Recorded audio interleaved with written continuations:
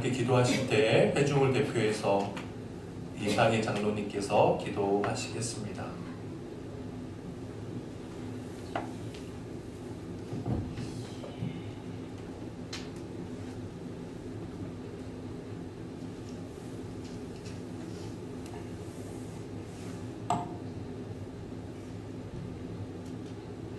쌀쌀한 날씨에도 저희들을 인도하사 수요 성경 공부에 참석시켜 은혜 받게 하시니 감사하옵니다. 담임 목사님께서는 신도들의 가정을 방문하시면서 축복해 주시는 중에 있사오니 추운 일기에 건강 지켜주시고 각 가정은 삭개오가 예수님 신방에 느꼈던 감격과 감동을 갖고 기다리는 간절함을 주옵소서. 아멘. 다음 주에는 설 명절을 맞는 주입니다. 희망과 기다림으로 주님께 감사하며 즐거이 보낼 수 있도록 도와주옵소서. 아멘. 오늘 말씀 가르쳐 주실 목사님께 성령의 갑주를 씌우시고 선포하시는 말씀에 은혜가 가득하도록 도와주시길 바라며 예수 그리스도 이름 받도록 기도드리옵나이다. 아멘.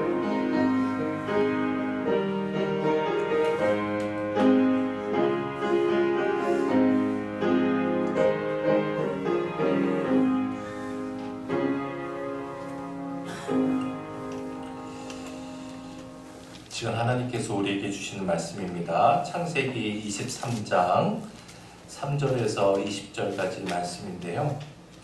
오늘은 좀 긴 말씀이니까 교독합시다. 제가 먼저 읽고 여러분 한 절 읽고 한 절씩 교독할게요. 제가 먼저 읽습니다.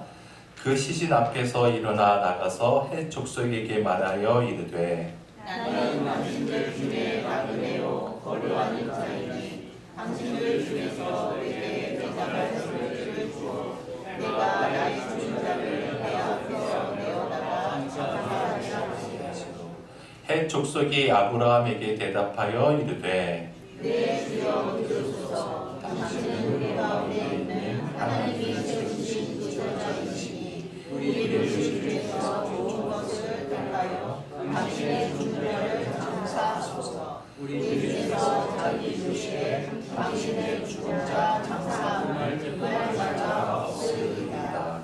아브라함이 일어나 그 땅 주민 헷 족속을 향하여 몸을 굽히고 그들에게 말하여 이르되 나로 나의 죽은 자를 내 앞에서 내어다가 장사하게 하기를 당신들의 뜻을 칠때 내 말을 듣고 나를 위하여 수아의 아들 에브론에게 구하여 그가 그의 반머리에 있는 그의 막벨라 굴을 내게 주도록 하되 충분한 대가를 받고 그 굴을 내게 주어 당신들 중에서 매장할 소유지가 되게 하기를 원하노라 하매 에브론이 족속 중에 하려나 있더니 그가 족속 곧 성문에 들어온 모든 자가 듣는 데서 아브라함에게 대답하여 이르되 내 주여 그리 마시고 내 말을 들으소서 내가 그 밭을 당신에게 드리고 그 속의 굴도 내가 당신에게 드리되 내가 내 동족 앞에서 당신에게 드리오니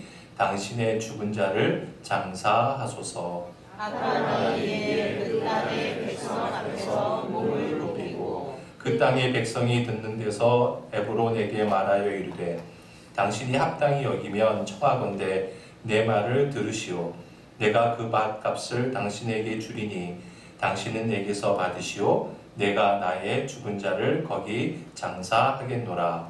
에브론이 아브라함에게 대답하여 이르되 내 주여 내 말을 들으소서. 땅값은 은 400세겔이나 그것이 나와 당신 사이에 무슨 문제가 되리이까. 당신의 죽은 자를 장사하소서. 아브라함이 에브론의 말을 따라 에브론이 헷 족속이 듣는 데서 말한 대로 상인이 통용하는 은 400세겔을 달아 에브론에게 주었더니 마므레 앞 막벨라에 있는 에브론의 밭 곧 그 밭과 거기에 속한 굴과 그 밭과 그 주위에 둘린 모든 나무가 성문에 들어온 모든 족속이 듣는 데서 아브라함의 소리로 확정하였더라. 그 후에 아브라함이 그 아내 사라를 가나안 땅 마므레 앞 막벨라 밭 굴에 장사하였더라.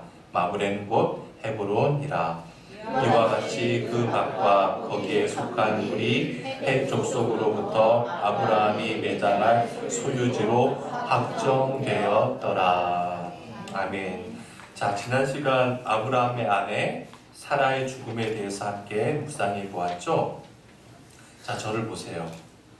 사라가 몇 세에 죽었습니까? 127세.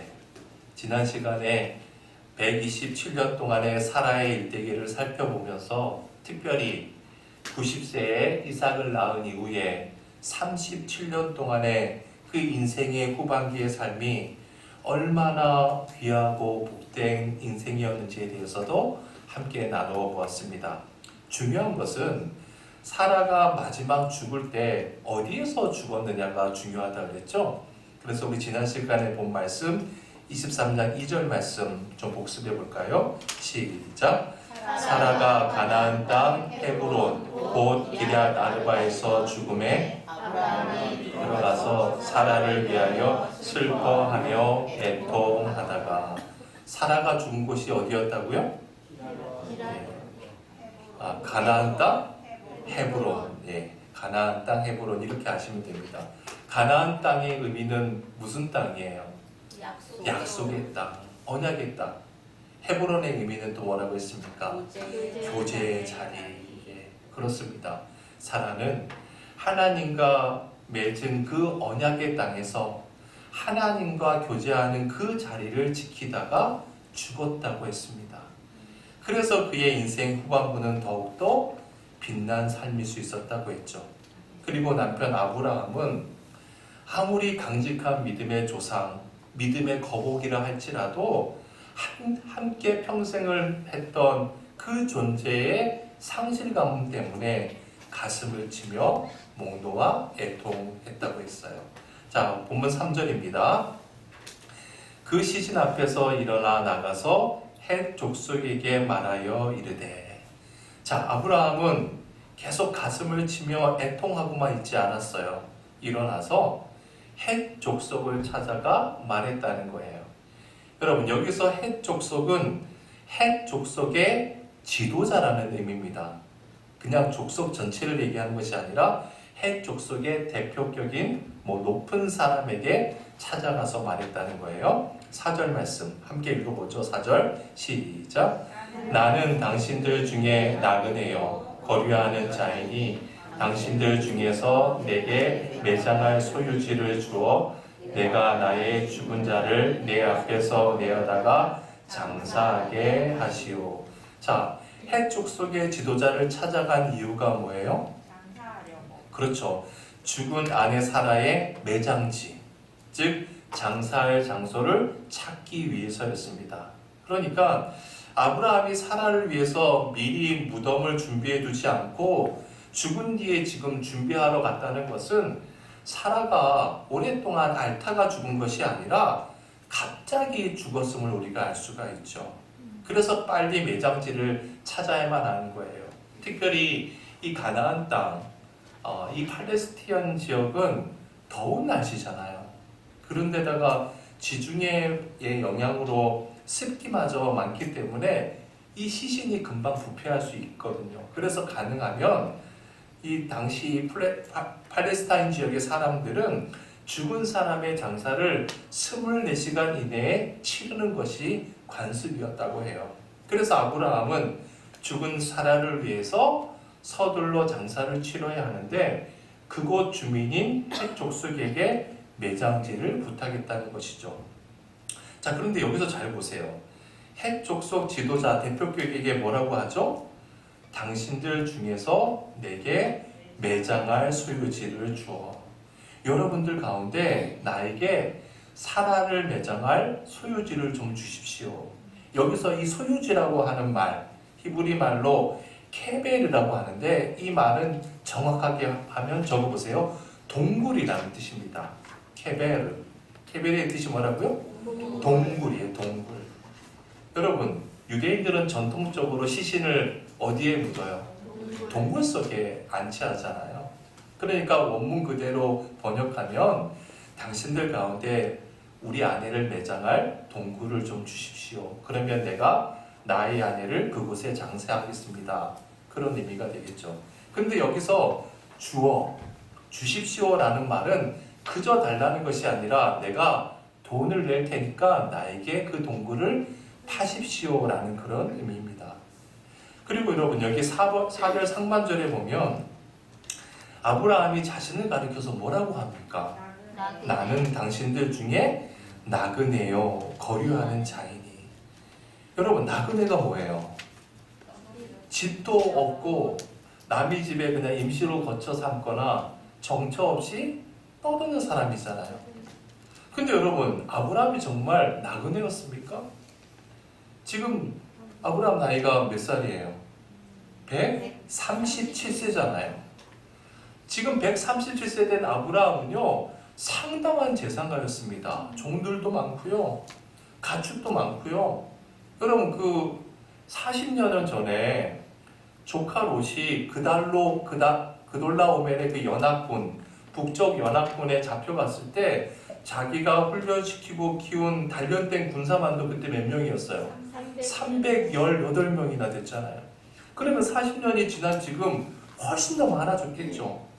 그런데도 아브라함은 자신을 가리켜 나는 당신들 중에 나그네입니다, 거류민입니다. 왜 이런 말을 할까요? 아브라함은 알고 있어요. 자신의 인생은 잠시 머물다가는 나그네 같은 인생이라는 겁니다. 여러분, 저와 여러분도 마찬가지 아닙니까? 지금은 고인이 되신 그 최희준 씨의 그 노래 있잖아요. 하숙생인가요? 인생은 나그네 길, 어디서 왔다가 어디로 가는가. 여러분 그렇습니다. 인생을 조금만 깊이 생각하는 사람이라면 누구나 깨닫게 되는 진리가 바로 인생은 잠깐 머물다 지나가는 나그네라는 거예요. 여러분 성경에 이런 이야기가 많이 나와요. 아브라함의 손자인 야곱도요 자신이 살아온 삶을 표현하면서 뭐라고 했는지 봅시다. 창세기 47장 9절. 창세기 47장 9절. 뒷페이지에 있나요? 함께 읽어보죠. 시작. 야곱이 바로에게 아뢰되 나그네 길의 세월이 130년이니이다. 내 나이가 얼마 못되니 우리 조상의 나그네 길의 연조에 미치지 못하나 험악한 세월을 보내었나이다 하고, 또 이스라엘의 역사상 가장 위대한 왕이었던 다윗도요 자신의 영광스러운 삶을 돌아보고 자신의 조상에 대해서도 이렇게 이야기합니다. 역대상 29장 15절. 시작. 우리는 우리 조상들과 같이 주님 앞에서 이방 나그네와 거류민들이라. 세상에 있는 날이 그림자 같아서 희망이 없나이다. 예수님의 제자였던 베드로가 또 뭐라고 했나요? 또 봅시다. 베드로전서 2장 11절. 시작. 사랑하는 자들아, 거류민과 나그네 같은 너희를 권하노니 싸우는 육체의 정력을 제어하라. 여러분 보세요. 하나님을 정말 정성을 다해 섬기며 하나님의 넘치는 사랑을 받았던 우리 신앙의 선배들은 한결같이 인생은 나그네라고 하는 인식 속에서 살았다는 거예요. 왜죠? 그들의 본향은 언제나 영원한 하나님 나라에 있었기 때문입니다. 그렇다면 여러분의 본향은 어디입니까? 여러분이 가야 할 곳, 여러분이 영원한 거처는 어디입니까? 하나님 나라죠. 하나님 나라 아닙니까? 그 신앙으로 나그네 같은 인생을 믿음으로 잘 감당하는 저와 여러분 다 되시길 축복합니다. 5절과 6절 말씀 또 봅시다. 5절 6절 읽어볼까요? 시작. 해 족속이 아브라함에게 대답하여 이르되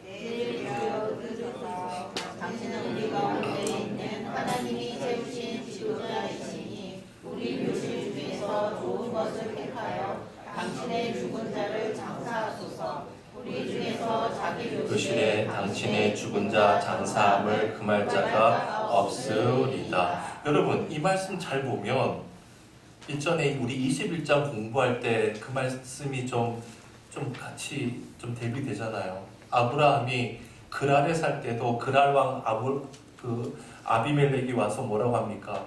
우리가 보건대 당신은 하나님의 사람인 줄 믿습니다. 그러니 우리와 평화조약을 맺읍시다. 그랬잖아요. 지금 헤브론에 사는 원주민인 해족속 사람들도 아브라함이 하나님의 사람인 것을 아는 거예요. 그래서 뭐라고 합니까? 당신은 우리 가운데 있는 하나님이 세우신 지도자입니다. 라고 지금 지켜 세우고 있는 거예요. 여러분, 그랄왕 아비멜렉도 그렇고 해족속 사람들도 그렇고 그들이 하나님을 믿는 사람들인가요? 아닙니다. 이들은 우상 숭배자들이에요. 하나님을 믿지 않는 불신자들이 아브라함을 가리켜 하나님이 세우신 지도자, 하나님의 사람 이렇게 말하고 있어요. 무슨 의미일까요? 아브라함은 자신의 일거수일투족이 자신도 모르는 사이에 불신자들에게 하나님을 증거하고 있는 거예요. 그래서 아브라함에게 역사하시는 하나님의 권능을 목격한 이방 사람들이 지금 하나님을 찬양하면서 아브라함을 하나님이 세우신 지도자라고 인정하기까지 이르렀다는 것이죠. 즉 아브라함은 은연중에 하나님을 알리는 전도자의 역할을 하고 있는 겁니다. 그 이유가 뭘까요? 아브라함은 헤브론의 사람이었기 때문이죠. 그래서 그 해족속의 한 사람이 이야기합니다. 아마도 이제 해족속의 대표 우두머리였겠죠? 뭐라고 얘기합니까? 우리 묘실 중에서 좋은 것을 택하여 당신의 죽은 자를 장사하소서. 우리 중에서 자기 묘실에 당신의 죽은 자 장사함을 금할 자가 없을 겁니다. 보세요. 해족속의 지도자가 하는 말이 당신이 어디든지 원하는 데가 있으면 손으로 딱 집으라는 거예요. 그러면 그냥 공짜로 주겠다. 우리 가운데 당신에게 이의를 제기할 사람 아무도 없으니 그냥 줄 테니까 편하게 이야기하라는 거예요. 그러자 아브라함이 뭐라고 얘기합니까? 7절 아브라함이 어떻게 하는지 봅시다. 7절 시작. 일어나 그 땅 주민 해족속을 향하여 몸을 굽히고, 여기서 이 몸을 굽혔다라고 하는 것은 그냥 허리를 숙여서 인사했다는 말이 아닙니다. 히브리 말로 뭐라고 되어 있어요? 샤하. 샤의 뜻이 뭐예요? 완전히 몸을 땅바닥에, 그렇죠, 엎드리다예요. 부복하다는 거예요. 온 사지를 다 땅바닥에 엎드리는 거예요. 이것은요, 하나님을 경배하다라고 할 때 쓰이는 단어이기도 해요. 그러니까 아브라함이 그 해족속 지도자가 하는 말을 듣고 몸을 완전히 엎드려서 부복해서 최상의 예의를 갖추어 감사를 표했다는 것이죠. 여러분, 지금 현재 아브라함은 가나안 땅으로 이민 온 지 오래됐어요. 그렇죠? 수십 년 됐습니다. 그런데 여전히 그 땅에는 원주민들이 있잖아요. 그 이전부터 살아왔던 원주민들이 있어요. 그 원주민들이 그래도 이민자인 아브라함에게 이 땅을 묘지로 못 쓰게 한다면 문제가 될 수 있을 거 아닙니까? 그래서 아브라함은 묘지를 써도 좋다고 하는 그 자체에 최선을 다해서 예를 갖추고 있는 거죠. 너무 감사합니다. 그렇다고 공짜로 주신다니까 고맙습니다 하고 엎드렸던 게 아닙니다. 다음 봅시다. 8절 9절 시작. 그들에게 말하여 이르되 나로 나의 죽은 자를 내 앞에서 내어다가 장사하게 하는 일이 당신들의 뜻일진데 내 말을 듣고 나를 위하여 소알의 아들 에브론에게 구하여 그가 그의 반머리에 있는 그의 막벨라 굴을 내게 주도록 하되 충분한 대가를 받고 그 굴을 내게 주어 당신들 중에서 외장할 소유지가 되게 하기를 원하노라. 아멘. 자, 아브라함이 그들에게 몸을 굽혀서 엎드려 예의를 갖춘 뒤에 뭐라고 이야기합니까? 나로 하여금 여기에 매장할 수 있게 해주어서 감사드립니다. 그리고 허락하신다고 하셨으니 당신네들이 소유하고 있는 것 중에 에브론이라는 지도자가 소유하고 있는 무슨 굴? 막벨라 굴을 저에게 주십시오. 그런데 저는 그냥 공짜로 갖지 않겠습니다. 충분한 가격을 치르고 제가 사겠습니다. 그리고 아내의 매장지로 사용하게 해주십시오. 여러분 여기서 막벨라 굴이라고 할 때 이 막벨라라고 하는 말은요 이중이라는 말이에요. 이중. 그러니까 막벨라 굴은 무슨 뜻일까요? 이중굴이라는 뜻입니다. 이중굴. 그러니까 이중굴에 대해서 학자마다 여러 견해가 있어요. 이를테면 굴 안에 딱 들어갔는데 그 안에 굴이 2개가 있었다는 거예요. 또한 굴의 입구가 2개였다는 말도 있습니다. 어떤 게 정확한지 몰라요. 근데 어쨌든 이중굴이라고 하는 것 자체가 작은 굴이 아니라 상당한 규모의 굴이라고 하는 것을 우리가 알 수가 있죠. 자, 어쨌든 헷 족속 사람들은 분명히 그냥 공짜로 준다고 했는데 아브라함은 아닙니다. 이 막벨라 굴은 내가 돈을 주고 살 테니 저에게 파십시오 라고 했다는 거죠. 10절입니다. 에브론이 헷 족속 중에 앉아 있더니, 자, 마침 그 자리에 막벨라 굴의 주인이 누구예요? 에브론이에요. 에브론이 그 자리에 있었다는 거예요. 그가 헷 족속 곧 성문에 들어온 모든 자가 듣는 데서 아브라함에게 대답하여 이르되, 자, 여기 또 어디에서 지금 이야기를 해요? 성문. 성문은 어떤 곳이라고 했습니까? 사람들이 가장 많이 모이는 곳이잖아요. 그래서 그곳에서 장도 열리고 뭐 집회도 열리고 가장 중요한 뭐가 열려요? 재판이 열리는 곳이라고 했죠. 그래서 구약에서는 성문하면 대개의 경우 법정과도 같은 의미로 쓰입니다. 그러니까 보세요. 여기서 성문에 들어온 모든 자가 듣는 데서 아브라함에게 말했다는 것은 바로 그 성문 앞에서, 즉 법정에 모인 모든 증인들 앞에서 지금 에브론이 이야기했다는 거죠. 11절 말씀이에요. 시작. 그리 마시고 내 말을 들으소서. 내가 그 밭을 당신에게 드리고 그 속의 굴도 내가 당신에게 드리되 내가 내 동족 앞에서 당신에게 드리오니 당신의 죽은 자를 장사하소서. 아브라함은 에브론이 갖고 있는 막벨라 굴을 사겠으니 그것을 팔라고 했는데 지금 에브론은 뭐라고 얘기해요? 그냥 막벨라 굴뿐만 아니라 그 굴을 하고 같이 있는 밭도 내가 몽땅 줄 테니 공짜로 다 가지라는 거예요. 그러면서 뭐라고 합니까? 내가 동족 앞에서 당신에게 드리오니 당신의 죽은 자를 장사하소서. 지금 성문 앞에 있는 내 동족 모든 헷 족속들 앞에서 그들을 증인 삼고 굴뿐만 아니라 딸린 밭도 다 드리겠습니다.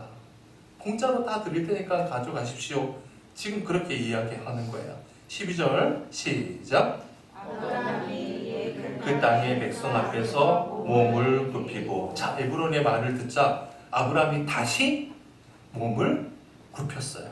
완전히 엎드려서 다시 한번 예의를 갖추는 거죠. 13절 말씀 시작. 그 땅의 백성이 듣는 데서 에브론에게 말하되 당신이 합당히 얻으면 청하건대 내 말을 들으시오. 내가 그 밭값을 당신에게 주리니 당신은 내게서 받으시오. 내가 나의 죽은 자를 거기 장사하겠노라. 자, 땅 주인인 에브론이 분명히 굴과 밭을 무상으로 주겠다고 했는데 아브라함은 모든 사람들, 모든 증인들 앞에서 아닙니다. 내가 그 밭을 돈을 내고 사겠습니다. 그러니까 막벨라 굴만 사겠다고 했는데 밭까지 준다고 하니까 밭 값까지 제가 다 쳐서 드리겠습니다. 14절 15절 시작. 에브론이 아브라함에게 대답하여 이르되 내 말을 들으소서. 땅값은 은 400세겔이나 그것이 나와 당신 사이에 무슨 문제가 되리이까. 당신의 죽은 자를 장사하소서. 자, 그 밭값이 얼마예요? 은 400세겔이라는 거예요. 여러분, 한 세겔은요, 은 400세겔이라고 여기 은 400세겔이라고 되어 있는데 한 세겔은 은 11g이라고 해요. 은 11g. 무게예요, 무게. 그러니까 400세겔은 한 4,400g 정도 되는 거죠. 4kg 이상이 되는 거예요. 뭐 지금 돈으로 어떻게 환산이 될지 모르겠지만 어쨌든 그 옛날 상당한 가격인데 이 밭 주인 에브론이 이 밭이 시가로 따지면 은 400세겔 되는데 당신하고 나 사이에 무슨 돈을 받겠느냐, 무슨 문제가 되겠느냐, 그냥 공짜로 가져가시라 라고 지금 재차 이야기했다는 겁니다. 16절 말씀 시작. 아브라함이 에브론의 말을 따라 헷 족속이 듣는 데서 말한 대로 상인이 통용하는 은 400세겔을 달아 에브론에게 주었더니. 자, 방금 전에 에브론이 헷 족속 사람들, 즉 증인들이 다 듣는 데서 땅값을 말했어요. 땅값이 얼마예요? 은 400세겔. 그래서 아브라함이 뭐라고 얘기합니까? 상인이 통용하는 은 400세겔을 달아 에브론에게 주었다. 그러니까 그 당시 상인들이 통용하는, 그러니까 그들만의 뭐 공용 절 같은 게 있었나 봐요. 뭐 공식 계산기 같은 게 있었겠죠. 그래서 은 400세겔을 모든 증인들이 보는 앞에서 무게를 달아서 에브론에게 값을 지불했다는 거죠. 17절 18절 시작. 막벨라에 있는 에브론의 밭, 곧 그 밭과 거기에 속한 굴과 그 밭과 그 주위에 둘린 모든 나무가 성문 앞에 모든 헷족속이 보는 데서 아브라함의 소유로 확정된지라. 자, 무슨 말이에요? 막벨라 굴뿐만 아니라 그 굴이 위치한 모든 밭, 그리고 그 밭 주위에 있는 모든 나무들까지 이제부터 아브라함의 소유지가 되었다는 것을 성문 앞에 있는 모든 증인들 앞에서 확정했다. 뭐 요즘식으로 얘기하면 등기부등 등기를 다 했다, 뭐 그런 이야기겠죠. 19절 말씀 시작.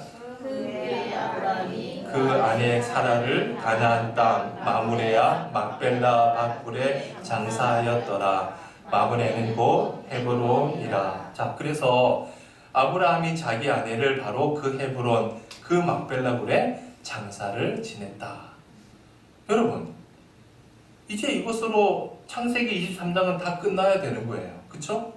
그런데 다시 20절이 또 이렇게 이야기합니다. 20절 또 봅시다. 시작. 이와 같이 그 밭과 거기에 속한 굴이 헷 족속으로부터 아브라함이 매장할 소유지를 확정되었더라. 아브라함의 소유지로 확정되었다. 이 말을 다시 한번 재차 반복해서 이야기합니다. 자, 보세요. 자, 정리 한번 해봅시다. 아브라함이 처음 헷 족속 지도자를 찾아가서 저에게 아내를 매장할 매장지를 하십시오, 주십시오 라고 얘기했어요. 그랬더니 헷 족속의 지도자가 뭐라고 얘기합니까? 당신은 하나님의 사람이기 때문에 어디든지 원하는 대로 선택만 하십시오. 공짜로 다 드리겠습니다. 그랬더니 아브라함이 뭐라고 얘기해요? 저기 에브론의 소유인 막벨라굴을 제가 선택하겠습니다. 그랬더니 막벨라굴의 주인인 에브론이 딱 나타나가지고 뭐라고 얘기해요? 막벨라 굴뿐만 아니라 그곳에 딸린 밭도 다 드릴 테니까 가져가십시오. 그러자 아브라함이 아닙니다. 합당한 돈을 다 지불하겠습니다. 그랬더니 에브론이 또 말해요. 그 땅의 가격이 사실은 은 400세겔인데 당신하고 나 사이에 무슨 돈으로 거래를 맺겠냐. 그냥 가져가라. 자, 여러분, 3번씩이나 지금 공짜로 가져가라고 해요. 여러분 같으면 어떻게 하겠어요? 예, 그렇죠. 엎드려서 사하, 할렐루야, 감사합니다 한 다음에, 그리고 나중에 하나님 앞에 감사함금 드리면 되잖아요. 여러분, 왜 지금 아브라함이 그냥 공짜로 가져가라는 것을 굳이 그 사람들 앞에서, 증인들 앞에서 그냥 불편하게 할 정도로, 부담스러울 정도로 강권하면서 억지로 돈을 주고 모든 증인들 앞에서 아브라함의 소유가 되었음을 2번씩이나 거듭 확정되었다고 왜 이런 이야기가 성경에 기록되어 있을까요?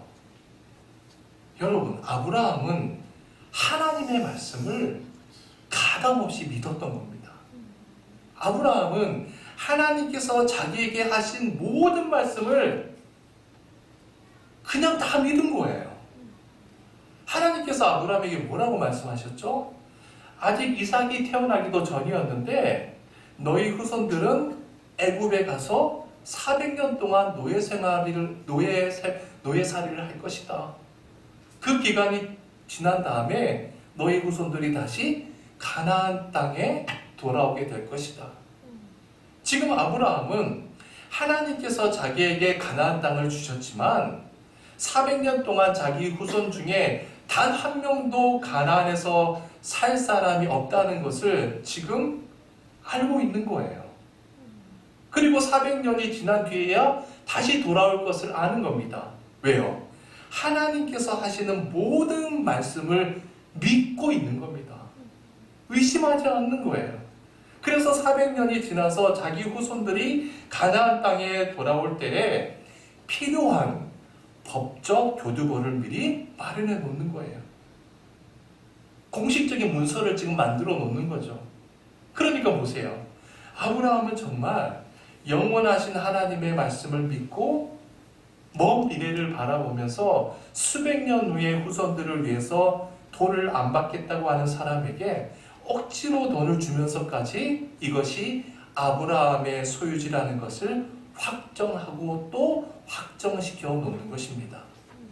나중에 400년이 지나서 광야 40년이 지난 다음 이스라엘 백성들이 요단강을 건너서 가나안 땅으로 들어가잖아요. 그리고 바로 이 헤브론 땅이 유다 지파의 갈렙의 소유가 되잖아요. 갈렙 아시죠? 우리가 잘 아는 그 갈렙. 그리고 그 갈렙의 후손인 다윗이 바로 어디서 왕으로 등극합니까? 헤브론에서 등극하잖아요. 나중에 예루살렘으로 가지만 헤브론에서 왕으로 등극하거든요. 그러니까 보세요. 얼마나 아브라함이 철저한 믿음의 사람이었는지 우리가 알 수가 있습니다. 자, 이제 창세기 23장을 정리하면서 하나님께서 주시는 두 가지 교훈을 우리가 한번 나누어 봅시다. 첫 번째, 하나님의 영원하신 언약을 믿는다면 오늘 내가 해야 될 것을 반드시 해야 한다는 거예요. 오늘 내가 해야 될 것을 반드시 해야 한다. 같이 읽어볼까요? 첫째, 시작. 하나님의 영원하신 언약을 믿는다면 오늘 내가 해야 될 것을 반드시 해야 된다. 여러분 생각해 보세요.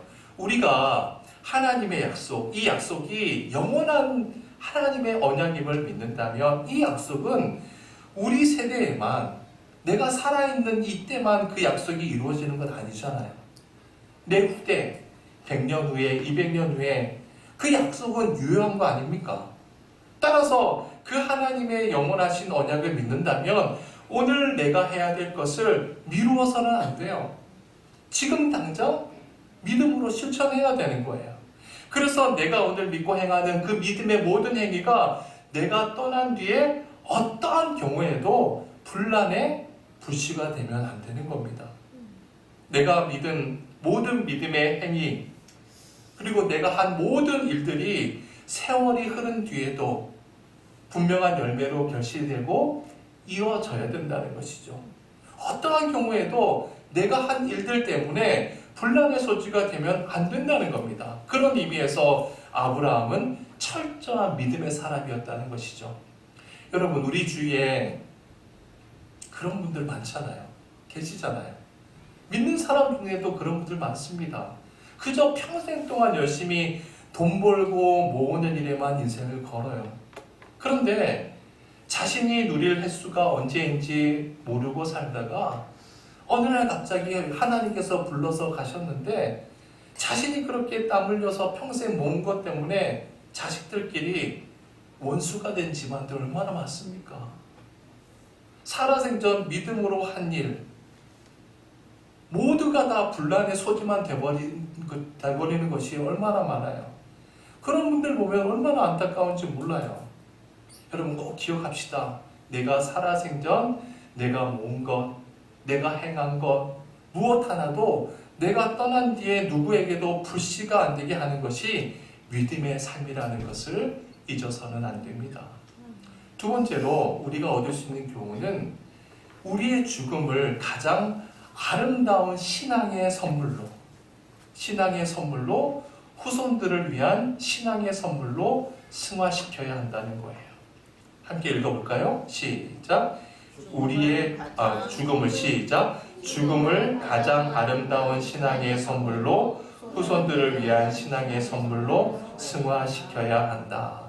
여러분, 그렇습니다. 죽음을 그냥 죽음으로 끝내는 것이 아니라 이 죽음을 가장 아름다운 신앙의 선물로, 우리의 자녀들, 우리의 후손들을 위한 신앙의 선물로 승화시켜야 한다는 거예요. 여러분, 지금 아브라함이 비싼 돈을 줘가면서까지 막벨라굴을 구입해서 자기 아내를 안치시켰잖아요. 그리고 아브라함 자기도 죽고 나서 어떻게 합니까? 자신도 그 굴에 묻혀요. 아들 이삭도 죽고 나서 거기에 묻힙니다. 며느리 리브가도 거기에 죽고 나서 그 굴로 들어가요. 손자 야곱도 죽고 나서 그 굴로 들어가잖아요. 그러니까 보세요. 400년 동안 노예 생활하던 장소는 그 저기 먼 이집트였어요.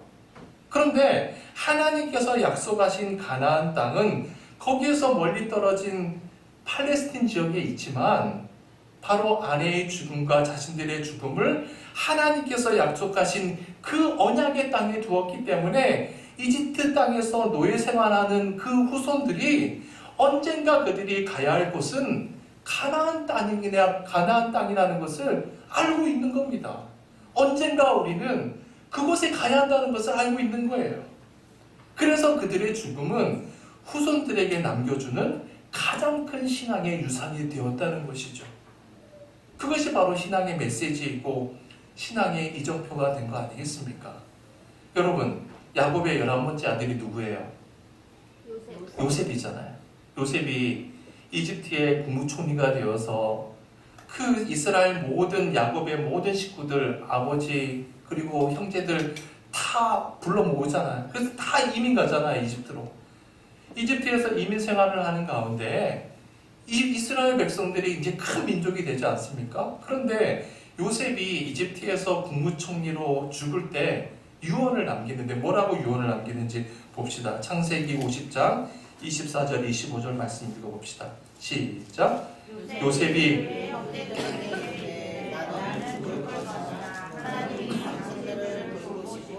당신들을 이 땅에서 인도하여 내사 아브라함과 이삭과 야곱에게 맹세하신 땅에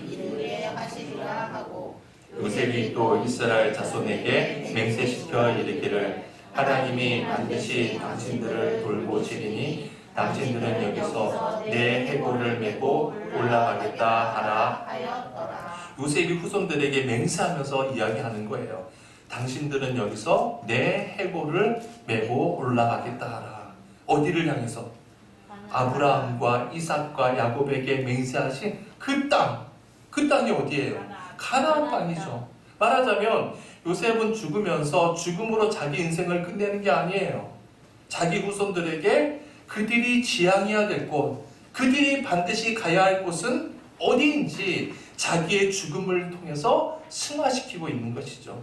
그래서 출애굽기 13장 19절을 보세요. 시작.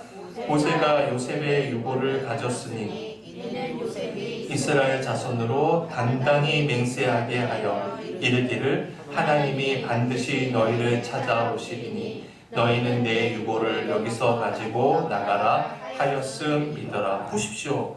출애굽이 시작이 되어서 이스라엘 백성들이 지금 모두 다 기쁨과 환희에 차서 이집트를 지금 빠져나가고 있는데 모세가 뭘 가지고 나가는 거예요? 요셉의 해골을 가지고 나가는 거예요. 그러니까 보세요. 요셉은 비록 이집트 땅에서 국무총리로 있었지만 자신의 아버지 야곱, 자신의 할아버지 이삭, 자신의 증조 할아버지 아브라함이 계시는 바로 그 가나안 땅 막벨라 굴 그곳을 지향함으로써 자기의 죽음을 자기 후손들에게도 어디에 삶의 목표를 두어야 할 것인지 참된 이정표가 되게 해 주었다는 것이죠. 여러분, 정말 우리가 잊어서는 안 됩니다. 부모가 자식에게 줄 수 있는 가장 큰 죽음은요, 아름다운 죽음입니다. 아름다운 죽음이에요. 여러분도 이제까지 장례식 많이 참석해 보셨잖아요. 남의 장례식 가서, 그런데 남의 장례식 가서 다른 생각할 때가 많잖아요. 그냥 형식적으로 갈 때가 있고, 그냥 부조하기 위해서 체면 때문에 가는 경우가 얼마나 많습니까? 그런데 내 부모의 장례식은 다르잖아요. 얼마나 엄숙해요. 내 부모의 시신을 염하고 입관하고 보내드릴 때 내 부모의 죽음이야말로 내가 어떻게 살아야 될 것인가 가장 강렬한 메시지가 있지 않습니까? 그런데 그때 그 부모의 관 앞에서 난 죽어도 우리 아버지 닮지 않을 거야. 그런 아버지 있지 않습니까? 딸들이 어머니 화장시키고 슬퍼서 울긴 우는데 속으로 나는 절대로 우리 엄마 닮지 않을 거야. 그런 어머니들 있지 않겠어요? 여러분, 우리는 그래서는 안 되잖아요. 정말 우리가 죽을 때 자녀들이, 후손들이 우리의 장례식을 치르면서 나도 아버지처럼 살아야지, 우리 엄마처럼 살아야지, 그런 말 들어야 되지 않겠습니까? 일평생 헤브론의 사람으로 하나님 나라를 목적으로 살았던 우리 아버지처럼 살아야지, 우리 어머니처럼 살아야지, 그런 이야기를 들을 때 죽음보다 자식에게 줄 수 있는 큰 선물이 어디 있겠습니까? 중요한 것은 우리가 헤브론 안에 거할 때 가능하다는 것이죠. 여러분, 소망하기는 우리 모두가 헤브론 안에 거함으로 이 땅을 떠날 때 우리가 행했던 모든 일들, 모든 자리가 우리의 후손들에게 가장 위대한 선물이 되시길 주님의 이름으로 축원해 드립니다. 기도합시다. 주님, 우리가 일평생 하나님의 말씀 속에 거함으로 우리의 인생이 시간이 지나갈수록 더 향기를 품는 진리의 삶으로 엮어질 수 있도록 인도하여 주옵소서. 아브라함은 하나님의 말씀을 절대적으로 믿었습니다. 하나님의 말씀은 자신의 당대에만 유효한 것이 아니라 자기 아들 때에도 손자 때에도, 아니 400년 후에도 유효하다는 사실을 믿었습니다. 그래서 주위 사람들이 그 매장지를 그냥 공짜로 가지라고 했음에도 자신의 돈을 지불하고 매장지를 매입한 뒤에 많은 증인들 앞에서 그것이 자신의 소유가 되었음을 확정하고 또 확정했습니다. 그래서 수백 년 뒤에 그 자손들이 가나안 땅에 입성할 수 있는 교두보를 마련해 주었습니다. 주님, 아브라함은 자기 아내의 죽음을, 그리고 자기 자신의 죽음을 사랑하는 후대를 위하여 남길 수 있는 가장 위대한 신앙 유산으로도 승화시켰습니다. 주님, 우리가 헤브론에서 주님과 함께 아름다운 삶을 살다가 세상을 떠날 때에 우리의 사랑하는 자식들이 우리 아버지처럼, 우리 어머니처럼 오직 하나님과 동행하는 삶을 살겠다고, 우리도 우리 부모님을 본받겠다고 하는 고백들이 있게 인도하여 주옵소서. 따라서 우리의 삶 자체가 살아있는 후대들에게 남겨줄 수 있는 가장 위대한 선물, 삶의 이정표로 남을 수 있도록 인도하여 주옵소서. 모든 은혜 감사드리며 예수님의 이름으로 기도드리옵나이다. 아멘. 우리 347장 함께 찬양 드립시다.